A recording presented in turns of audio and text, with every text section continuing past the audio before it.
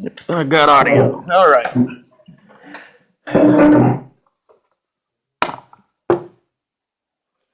Ready to finish off our first week? Right in time, just in time. Now, ready? First week's about in the books. 14 left. Okay, let's start off with homework questions. So you were asking about. Oh, wait. Hold that thought. The date is. Thank you.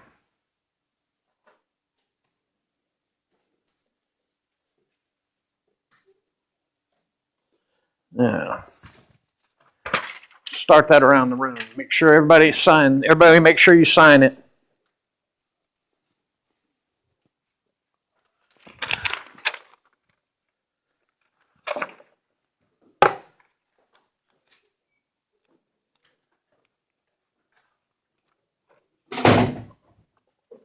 Good morning.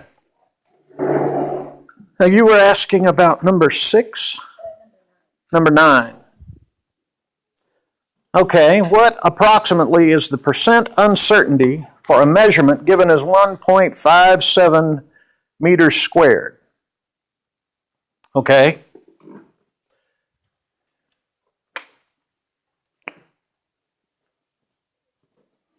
.57 meters squared. How many significant digits do we have here? 3. And what would be the limits?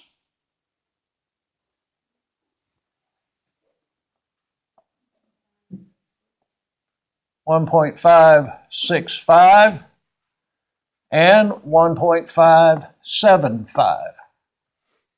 Okay. What's the difference? It's actually, you know what? Scratch that. You're going to do this a whole lot simpler.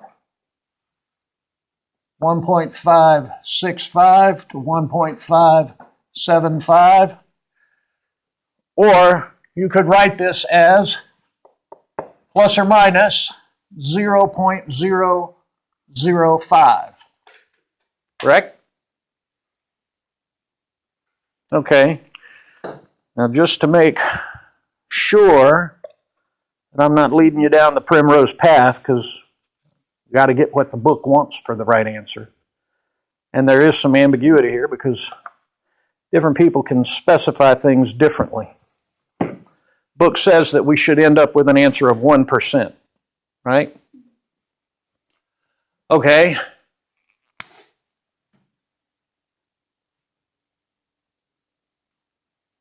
So let's, instead of talking about plus or minus 0.5, let's go back. Look at what is the difference here? 2 times 0.005, right? Or it's plus or minus, so it's 2 times this, which would equal 0.01 square meters. Or you could subtract these, you could find the difference here, and I've written them backwards to do the subtraction normally, but you'd still end up with the same thing, 0.01 square meters. What is 0.01 divided by, what's that, 1.57?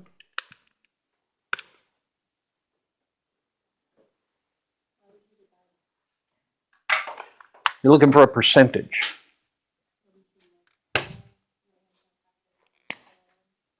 No, well, when you're looking for a percentage, you're looking for,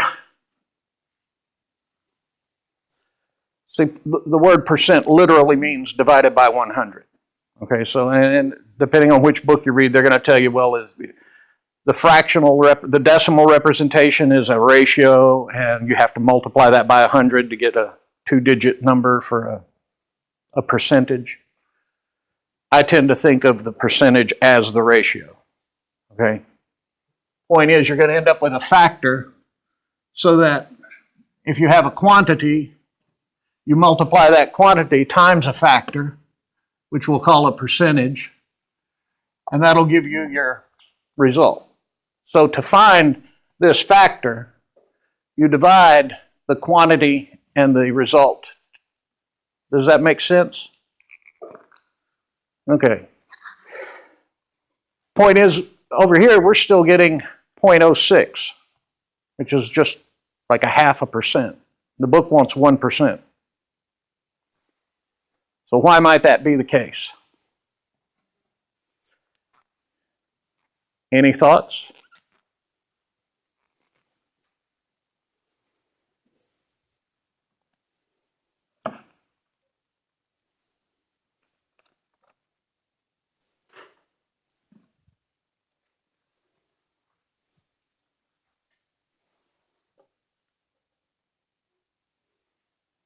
Somebody.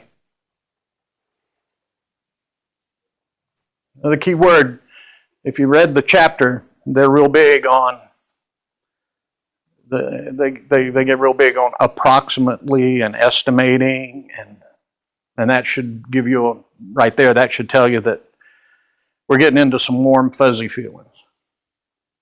So not going to be as precise as you might want it to be, especially if you've grown up using a calculator. Okay.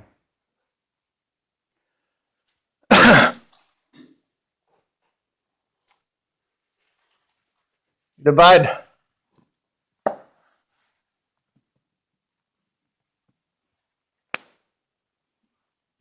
the potential error, 0.01. You divide that by your quantity, 1.57, and that gives you a ratio of what, 0.06? 0.006 or 0.6%. That's just another way of saying if you multiply 1.57 by 0.006, you're going to end up with that much error. Okay? And some books would tell you that to turn this ratio into a percentage, you would multiply it by 100, and that would give you 0.6%. Okay? What's the closest percentage to 0.6? 1. And I'm sorry, I know that's not a satisfying answer. It's a highly, highly imprecise answer. But that's the way the book does it. They're saying to the nearest percent, this represents an uncertainty of about 1%. Okay. When the book makes up the question, they might give you that as a correct answer. If I make up the question, that would not be a correct answer. Okay. But who was asking about 9 and 10? Or did anyone ask about 9 and 10? Did anyone get to 9 and 10 in the homework?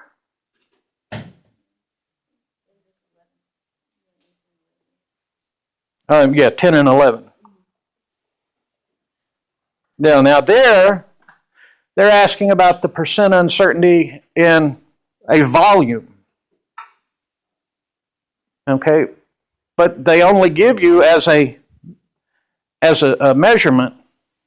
Which one? Volume is 11? 10. 10 is the volume. They give you as your measurement a radius of 0.84 plus or minus 0.04. Whatever, meters, yes.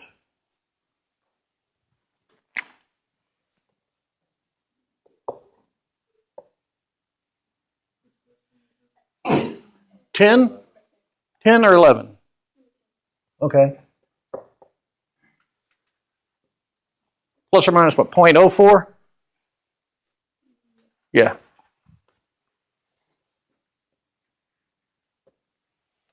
Now they want to know the percent uncertainty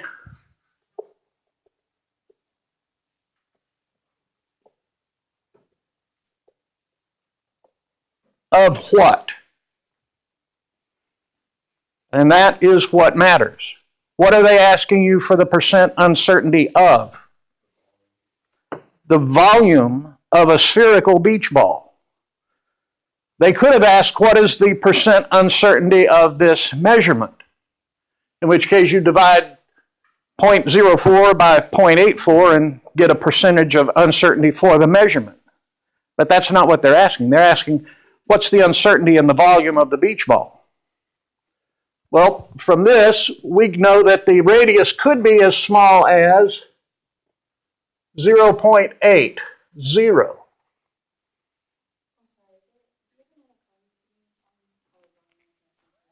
You can't see green well? Let's see, do I have a black one on here somewhere? No, that's all right. I don't see a black one. I had a black one here yesterday.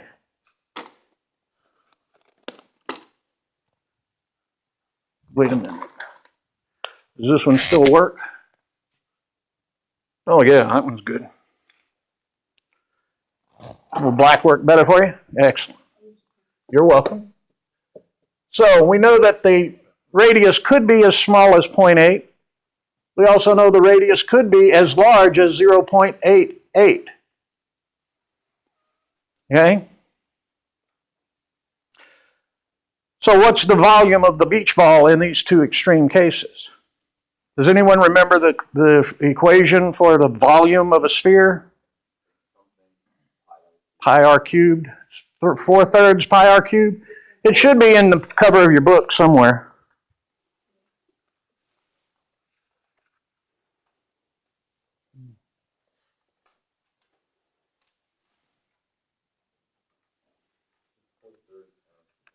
Four-thirds pi r cubed, that sounds right, but yeah, on the inside the back cover.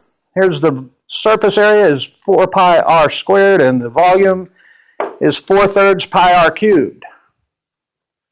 So here we would have 4/3 pi times 0.8 cubed. Here we would have 4/3 pi 0.88 cubed. Somebody with a calculator, do the arithmetic. In fact, everybody with a calculator, do the arithmetic.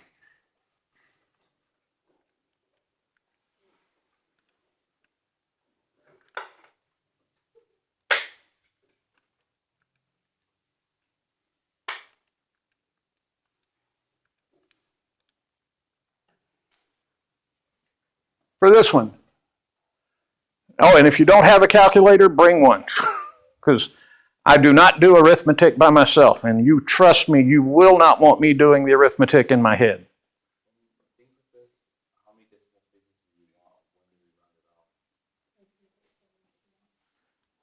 Well, let's see. How many significant figures do we have? 2.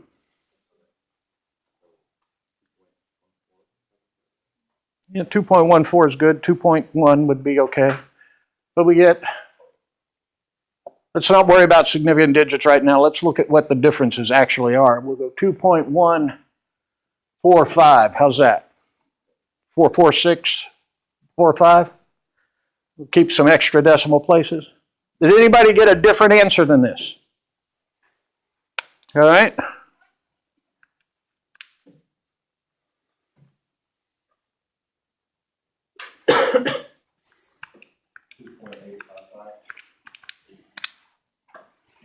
Oh, you're doing the second one?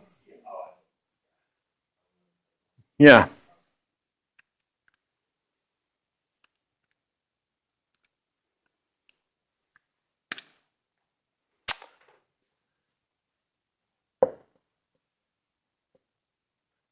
It's 2.8545 or 2.855 is good to 3 decimal places.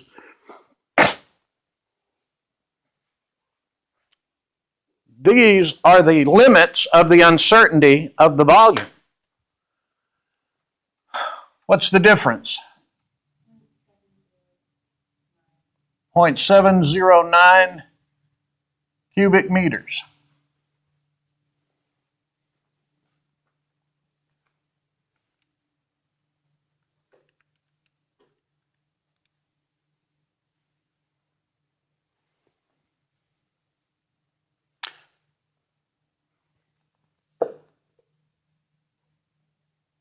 Actually, go ahead and do 0.71 because it's 0.7095, right? 0.98?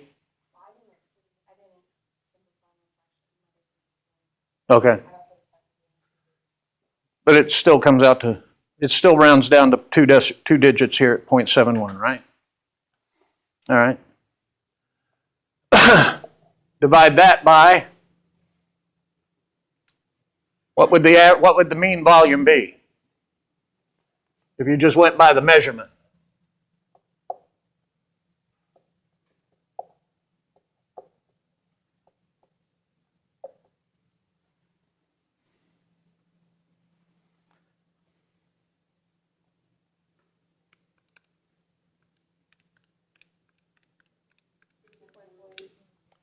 $2.48.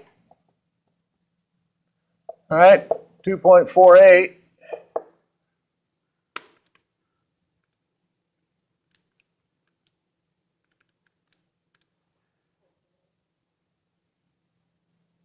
Say again? 0.29, 0.286, 0.29.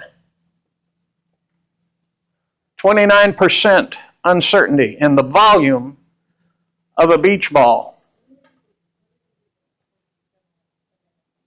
Oh, that's the difference between the limits. That this one is 0.71 cubic meters bigger than this one.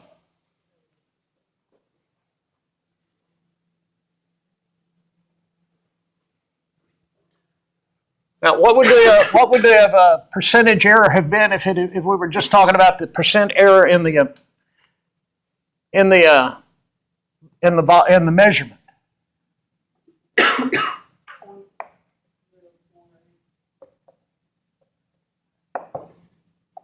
0.048, you said?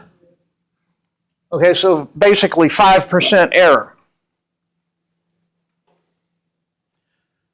How did we end up with over 25% error in the volume? Because the volume is cubed, the measurement cubed. What's 5 cubed? Or what would 0.05 cubed be?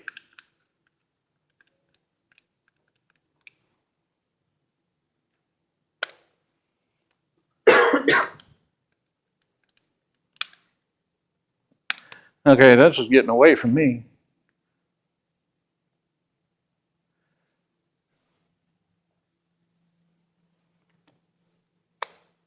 Obviously, if you cube 5% error, you're going to end up with 125% error. Okay. So, when you do these problems, work them out. Find out what the limits are and what the difference is, and how much does that uncertainty does that represent.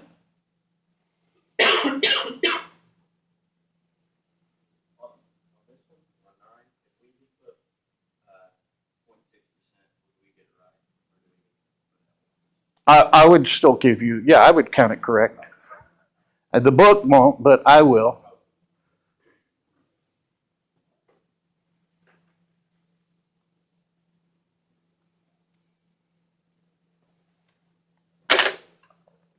And what did the book say? Because I really get uncomfortable when they start playing loosey-goosey with with estimations and approximations. So let's check ourselves and see, how would the book expect us to work number 11?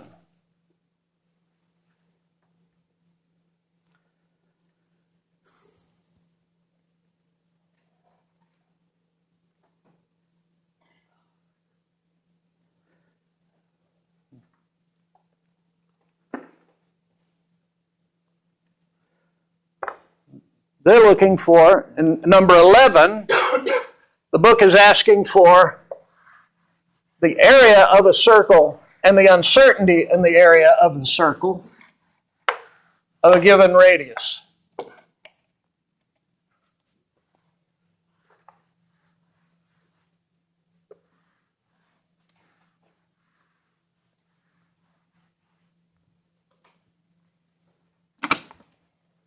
So let's look at the numbers here.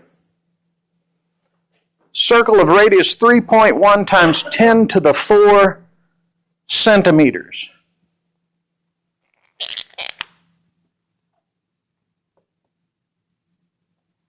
I just read the number and I can't remember it now. 3.1 times 10 to the 4.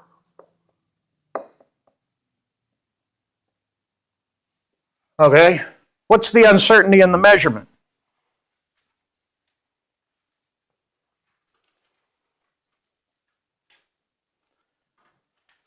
Plus or minus 0.05. So we're going to use 0.1, 2 times 0.05. Everybody understand that?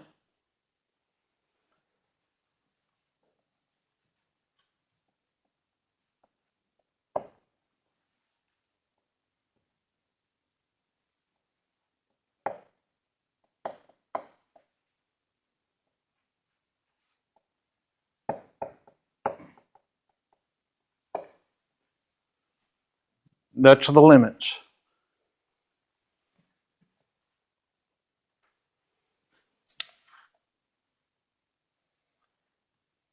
So 0.1 times 10 to the 4. How else could you write 0.1 times 10 to the 4? Say again? No. This number right here, not 3.1, but 0.1 times 10 to the 4 would be 1,000, or you just write it as, move the decimal place just once, and it becomes 1 times 10 to the 3. Right? You'll need to... The idea of keeping it in scientific notation, or they call it power of 10 notation in the book.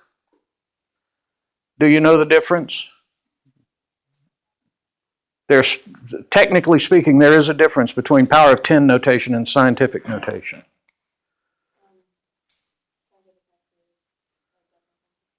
Well, no, scientific notation, they want to keep the exponents as multiples of 3. So they associate with the prefixes nicely. So the book doesn't point this out, but generally speaking, if someone's talking, when you see scientific notation, they want it to be times 10 to the 3, times 10 to the 6, times 10 to the 9. So it can be kilo, mega, or giga. You understand? You familiar with the prefixes? No? You are? Who is not? Who thinks I'm talking gibberish right now? Show of hands. Who has no clue what I'm talking about? You don't. Excellent. I'm going to talk to you. The rest of y'all can pretend like you already knew it, and I'm boring you. In scientific notation, they like to put prefixes on things. So instead of talking about 10 to the minus 12 farads, if they're talking about a capacitor, they would say it's 10 picofarads. Okay? The point is they have 10 to the 3 would be kilo, whatever. If you have 10 to the 3 grams, you have 1 kilogram. If you have 10 to the 6 grams, you have 1 megagram, or 1 million grams. 10 to the 9 would be giga, unless you're in a 1980s movie, in which case the actor's going to mispronounce it giga. Anybody get the reference? Doc Brown? Somebody? Thank you.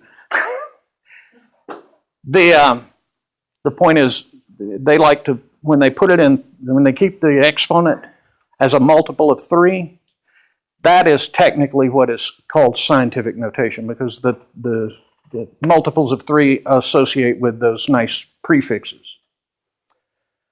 Power of 10 notation, the exponent is not constrained. It can be any number. It can be 4, 5, 6, 8, 12, 11, whatever works out. The idea in a power of 10 notation is you always want to have 1 digit and then a decimal point, if there's a decimal. If there's more than 1 significant digit, you want 1 digit followed by a decimal point.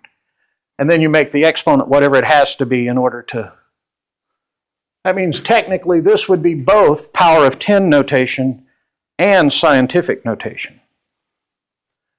This would be power of 10 notation.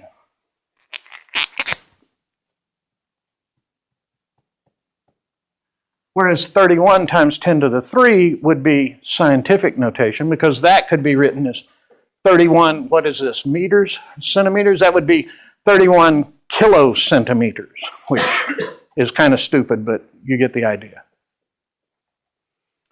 That's the difference between power of 10 and scientific notation.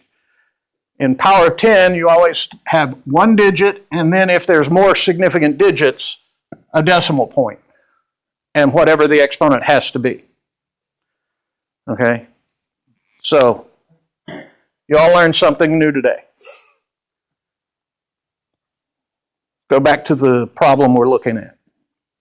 3.1 times 10 to the 4 centimeters, which means the uncertainty is 1 times 10 to the 3. And what they want is the area and its approximate uncertainty. So, what's the area of given 3.1 times 10 to the 4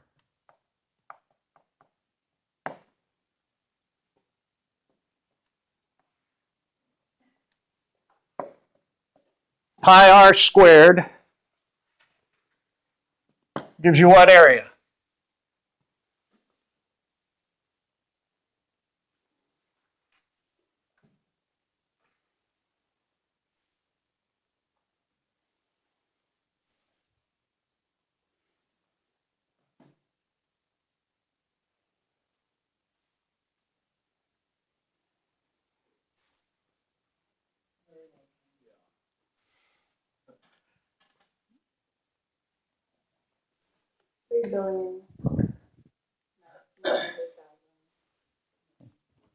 Okay, hold on.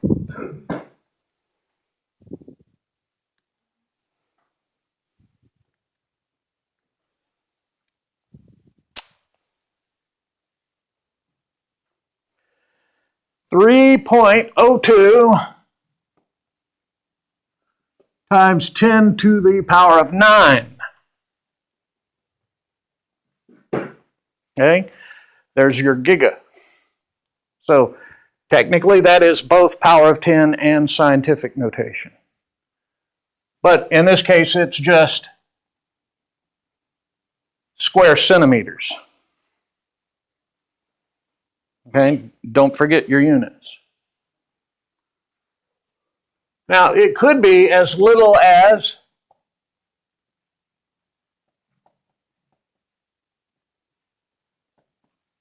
or as much as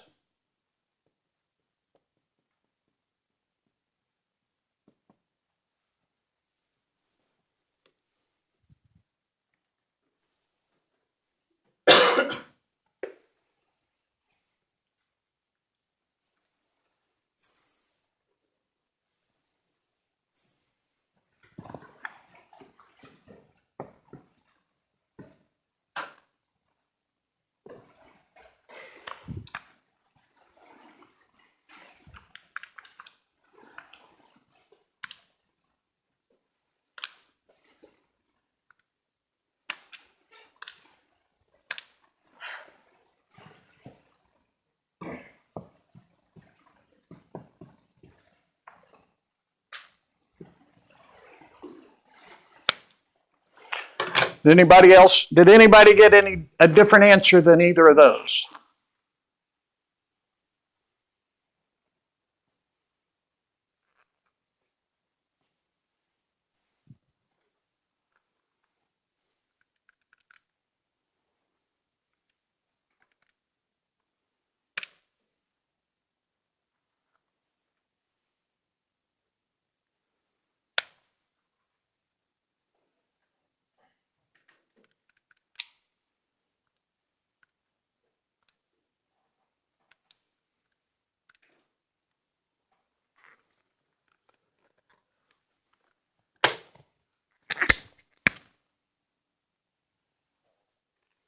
keep the same number of digits. Say again? Yeah, that dot is a flake of whiteboard has been chipped away. So, yeah, that's 3.12 times 10 to the 9. So, from 3.02, it can go down 0.1 times 10 to the 9, or it can go up 0.1 times 10 to the 9. Does everybody see that?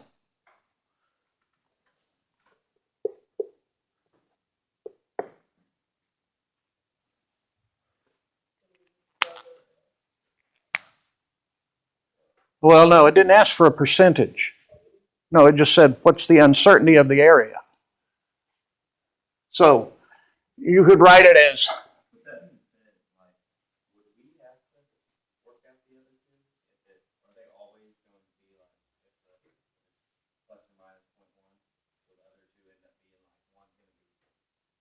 no, I wouldn't count on it, no. No, in fact, I think that's sort of the point of the last one we did. Where you can, and they actually talk about this in the book, and I'll try to address it. In fact, now's as good a time as any. Let's just wrap this up. The answer here is plus or minus 0.1 times 10 to the 9, or plus or minus 1 times 10 to the 8. But let's check what the book wants it to be and make sure we're agreeing with the book.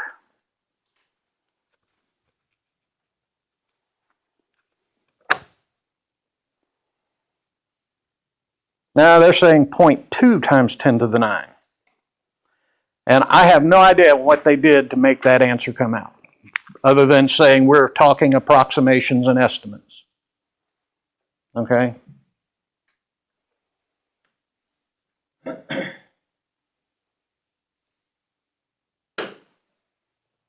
You work out the math, and there's the uncertainty. And when they start talking about making estimates and approximations, they're leaving lots of room for sloppy calculations.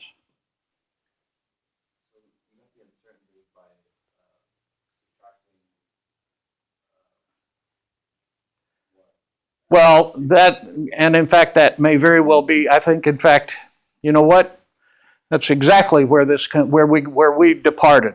Because when I read 3.1 times 10 to the whatever, that tells me that the uncertainty is in the next decimal place. That tells me that this measurement is greater than 3.05 and less than 3.15. Right? I believe if you read the chapter, you will find that they are saying when you're estimating, just assume that the uncertainty is in the last digit. So they're saying you would assume that the uncertainty, it could be as low as 3.0 or it could be as high as 3.2. They're assuming twice as much uncertainty, which means they end up with a 0.2 here instead of a 0.1. Okay? I don't really like them doing that.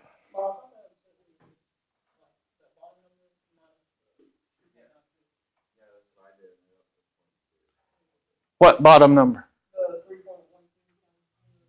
Oh, you just took the, yeah, you get 0.2 as the total uncertainty. Am I misreading the answer in the back of the book?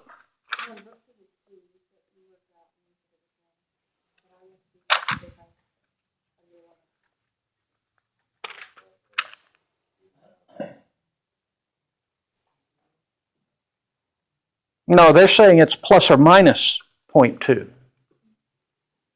Not that the uncertainty is 0.2.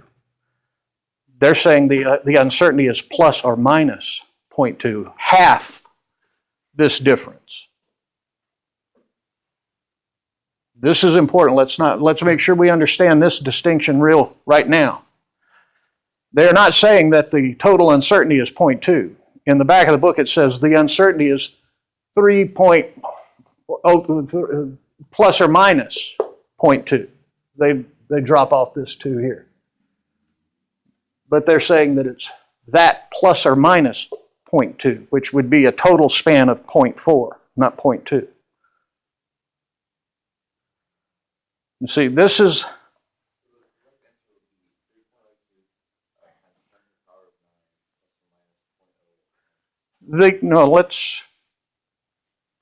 You're asking what's going to count for your grade. I'm trying to talk about what I want to do is make sure we understand the difference between the way I think about this and the way the book is telling you to think about it. Okay? Because everywhere else, when you specify a measurement 3.1, what are you saying? You're saying, I have measured this value and it is closer to 3.1 than it is to 3.05 or to 3.15. The uncertainty is plus or minus 5 in the next decimal place. Right? That implies in this measurement, all they gave you in the question is the measurement. They do not tell you the uncertainty of the measurement. They don't specify a plus or minus anything. You just say it was measured to 3.1 times 10 to the 4 square centimeters. Or centimeters. And now they're asking you for the uncertainty in the radius. The way the book tells you to estimate uncertainty when none is specified is they're telling you just assume that the last digit can change up or down by 1. Okay? That is where I diverge with the book. Okay?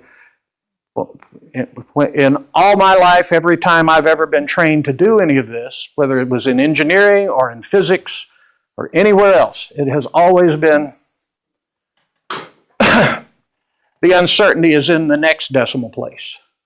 The book is telling you, assume the uncertainty is in this decimal place, plus or minus 1, up or down 1 in the last digit. Okay?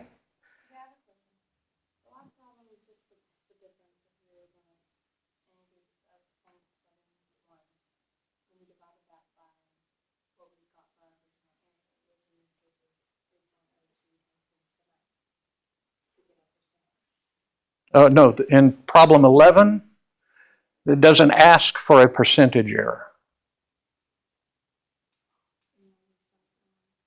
When did we solve for a percentage error on problem 11? No, that was on problem 10. Now, problem 10 asks for a percent uncertainty.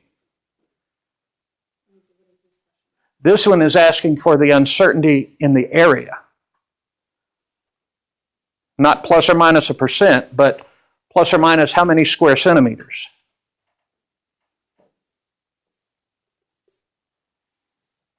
That's why I was saying it's important to look at what are they asking for the uncertainty of. Are they asking for the uncertainty of the measurement, of the area, of the volume? Are they asking for a percent uncertainty? Because those are two different things. This, I'd have to get out the calculator to tell you what this percentage uncertainty is. But before we go there, I want to make sure we're all clear on the difference with why I'm coming up with half the uncertainty that the book is. Okay? And it's strictly a matter of how you interpret the uncertainty of the measurement. In the chapter, the book will tell you, assume the last digit can change up or down by 1. And that's why they get twice the uncertainty in the area that I get. Now, what's the difference between the percentage uncertainty and the uncertainty of the measurement?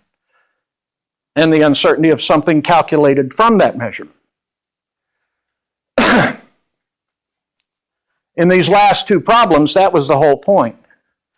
And was that the uncertainty was in the original measurement.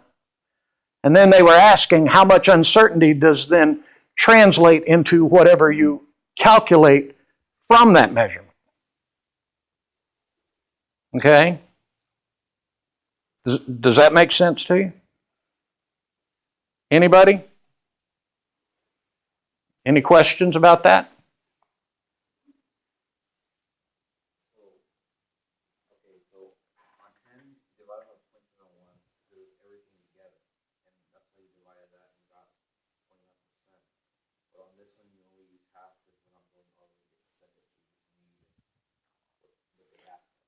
On this, yeah.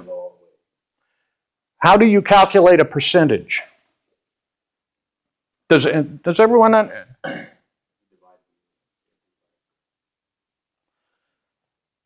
let's say again? No. Okay. For the moment, forget about measurements and uncertainty. Let's just talk about percentage. If you have 200 apples, or square centimeters, or parsecs, you've got 200 somethings, what would 50% of them be? How much? 50% would be 100. Because if you multiply, well, let's say 50% of 200 is 100. So how would you then calculate what percentage of 200 is 100?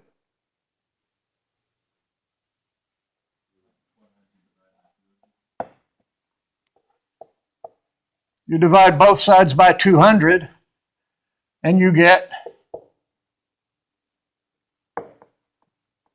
your percentage. Okay, only it doesn't come out looking like 50 with a couple of circles and a slash. It comes out looking like 0.5. The way you turn it into the 50 with the little circles and the slash is you multiply that 0.5 times 100, because percent literally means divided by 100. So when you write 50%, you're writing 50 divided by 100, or 0.5. Okay?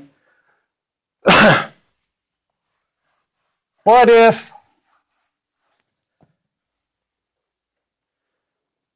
you needed to know what percentage 13 is of 62 total?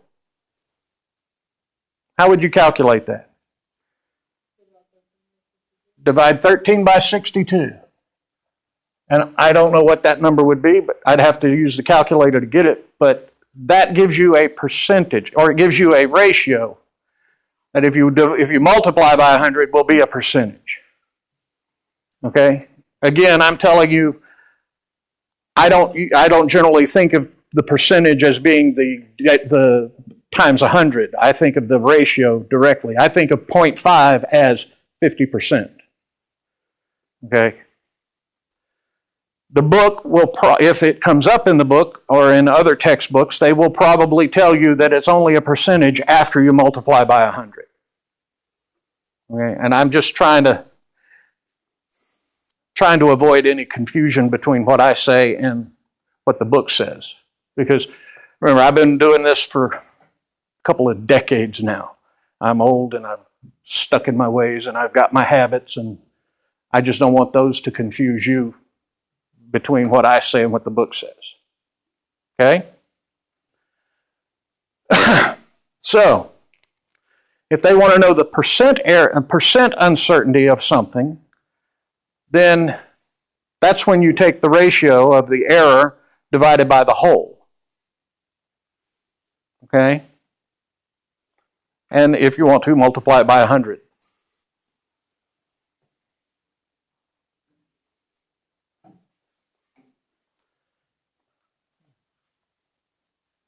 Did I answer your question, or did I get sidetracked? Okay.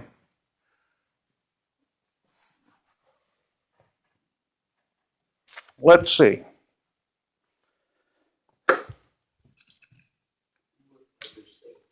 Number 6. Time intervals measured with a stopwatch. This comes right out of our lab this week. Generally have this is the one you asked about. One of you asked about this one as well. Typically measured with a stopwatch have a uncertainty of about 0.2 seconds or 200 milliseconds. That's our uncertainty. Because now in this case, they're specifying that's your total uncertainty. Now that would imply that they're saying there's about 100 milliseconds of uncertainty when you every time you push the button. So when you start and stop, you've got 200 total milliseconds of uncertainty. Okay. In the lab, I told you that in my experience, it's generally going to be somewhere between 100 and 250 milliseconds every time someone pushes a button. So in this case, they've already simplified that for you. They've told you that just assume 200 milliseconds total uncertainty because it was hand measured.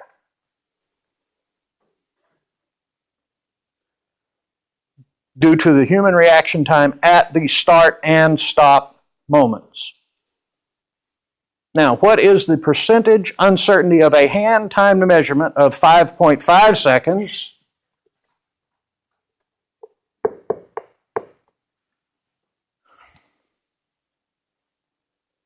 "55 seconds,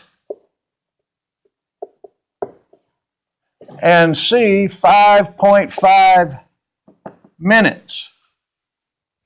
So right now, we know immediately we're going to have to do some conversion because seconds and minutes, you can convert minutes into seconds, but you have to make sure the units are all the same before you start doing the math. So, what's the percent uncertainty? Is that what they asked for? Are they asking for the percentage uncertainty? Yeah. Remember in the lab, you didn't just try to measure a single period of oscillation on the pendulum, because then you would have added all of that extra uncertainty to just one very short measurement. Instead, we measured 20 periods and divided that uncertainty. So that's what we're at. That's the point of this exercise, is to demonstrate what happens there. What's the percent uncertainty in the case of A? What do I write?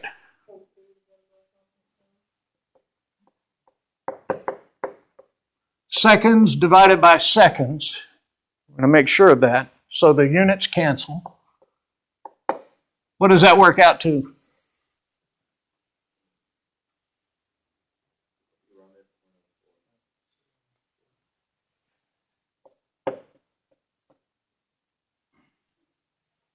Or 4%.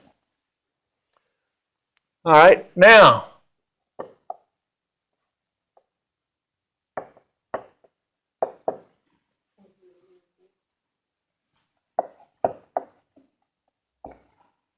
well, this one's 4%.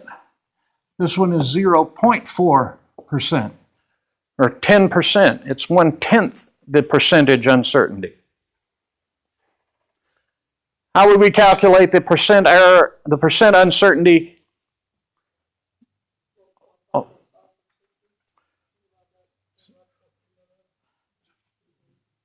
First, we convert the 5.5 minutes into seconds. We do that by multiplying times 60 seconds per minute. What does that give us? How much? 330? 330 seconds. So now we can divide 0.2 seconds divided by 330 seconds. The units cancel. They always have to if you're looking for a percentage, because a percentage is a unitless ratio. And I know we haven't gotten into dimensional analysis and unit analysis. We're going to cover that next week. This is just giving you a little bit of a preview of coming attractions, as it were. So what's 0.2 divided by 330? 0.0006 or 0.06%. Yeah. That was the whole point of the measuring multiple oscillations of the pendulum. You're going to have the same amount of uncertainty in every one of these cases. But by distributing that uncertainty over a much longer measurement, the percent error goes down dramatically. That was number 6.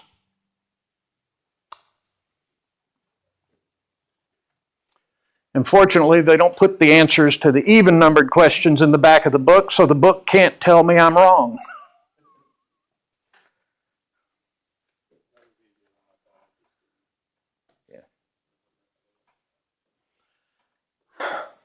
This is, when you're looking for a percentage, you're looking for a ratio.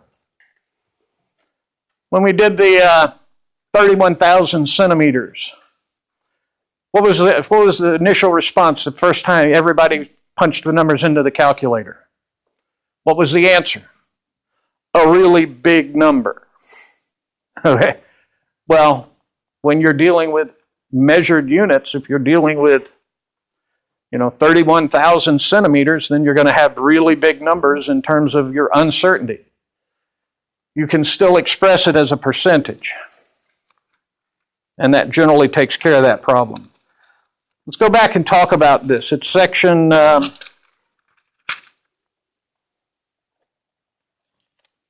we don't really have a lot of time left for this, do we?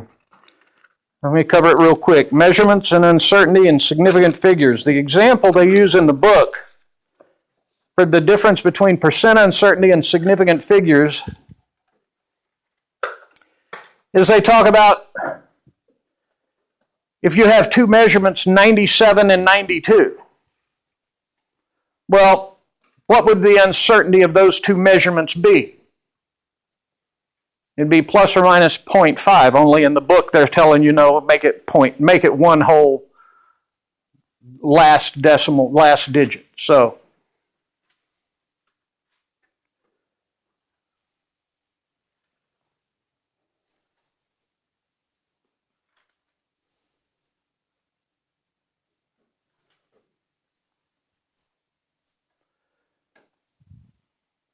everybody find where we're at on page 8?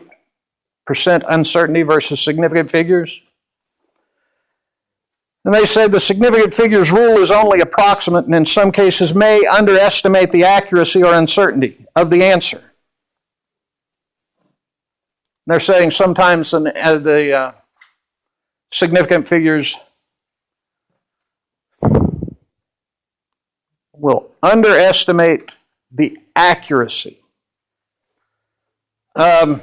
What they're saying is that if you just rely on significant figures, that sometimes the actual result might be far more precise, far more accurate than you're estimating by using significant figures. So they're telling you here to consider the actual percentages, because sometimes you might be justified to express greater accuracy than the measurement would imply based on nothing but significant figures. Does everyone understand what they're saying here?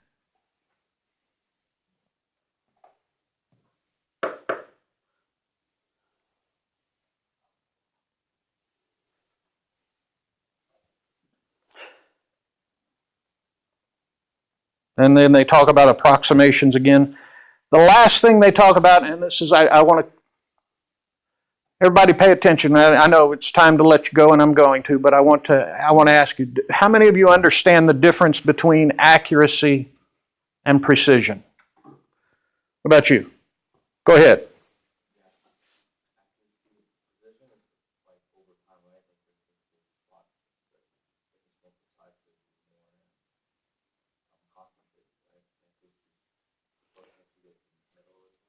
No, you're again, you're overthinking it.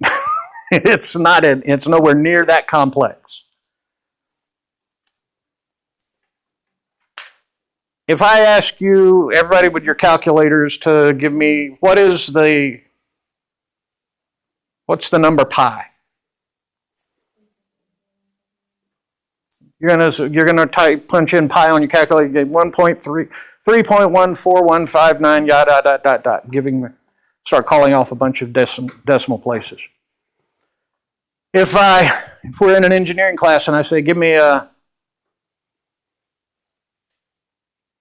how much current flows through a 12 ohm resistor when it's got 15 volts across it.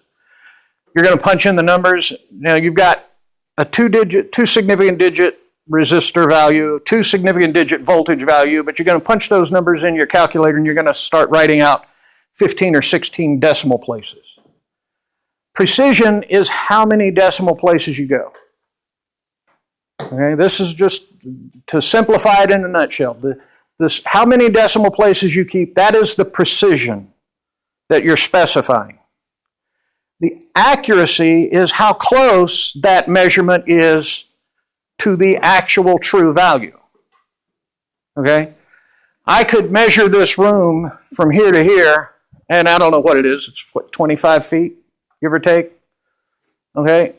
Suppose I measured the length of this room here, and I say it is 14.8759 inches long.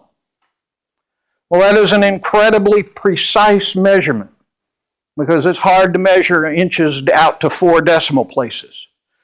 But it is not at all even close to accurate because this room is a whole lot longer than 14 inches. Okay? That's the difference between precision and accuracy. Precision is how many significant digits you have, how certain you are of the measurement. Accuracy is how close that measurement is to the actual value that you measured. See you all next week.